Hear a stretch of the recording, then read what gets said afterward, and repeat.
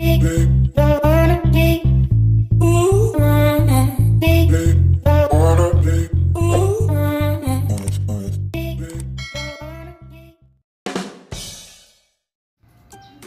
guys! Welcome back sa ating YouTube channel. And for this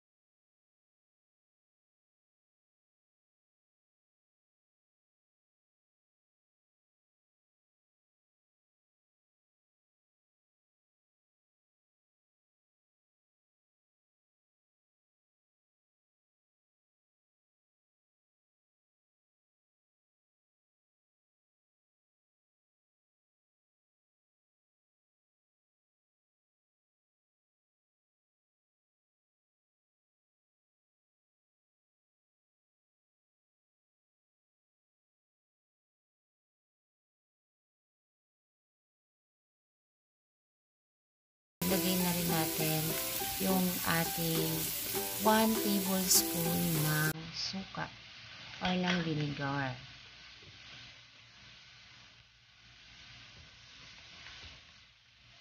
Ayan. So, huwag muna natin siyang haluin. And then, maglagay na rin tayo sa kanya ng water. Depende sa inyo guys kung gaano karami. Ito mga siguro 1/2 cup to ng water yung nilagay natin.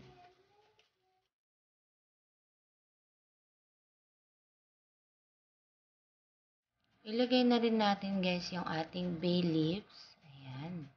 Para dagdag aroma na rin to para sa ating paksiw na lechon. At naglagay na rin ako dito guys ng black pepper or pamintang durog. Ayan. Nasa sa inyo yan guys kung gaano karami yung ilalagay nyong pamintang durog. At haluin lang natin to hanggang sa masimmer yung ating lechon.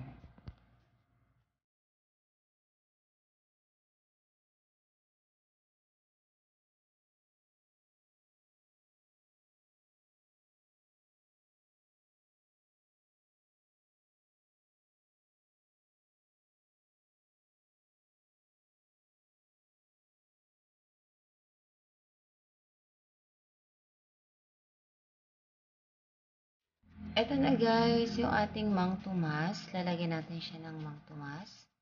Ayan. Tansyahin nyo guys kung gaano karami yung paglalagay nyo ng Mang Tomas. Sa akin ganyan lang kasi konti lang naman yung ating lechon.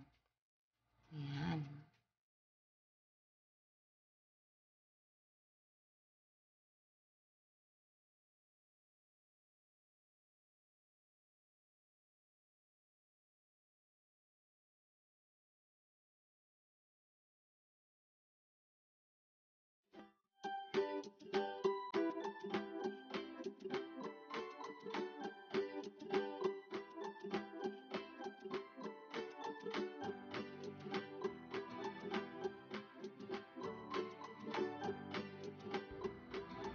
And this time guys, maglagay tayo sa kanya ng 2 teaspoon ng ating sugar. Depende na rin sa inyo kung gaano katamis yung gusto nyo sa inyong lechon paksiw. Ako yan, enough lang yung 2 teaspoon.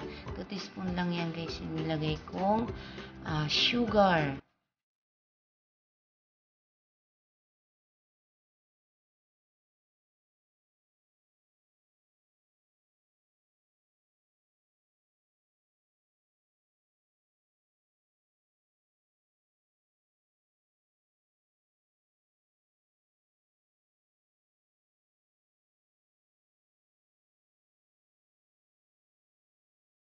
Okay na yan guys. So ready na yung ating lechon paksiw. Mga ilang minuto na lang guys.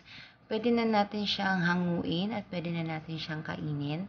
Ayan guys. So, tamang-tama lang yung mga sangkap na inilagay natin sa kanya. And thank you for watching guys ha. Thank you for watching always Mariana's channel. Ready na ang ating lechon paksiw.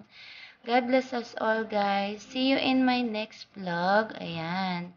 Ang sarap ng ating lechon paksiw guys. Tamang-tama lang yung kanyang sabaw. Thank you guys. Bye for now.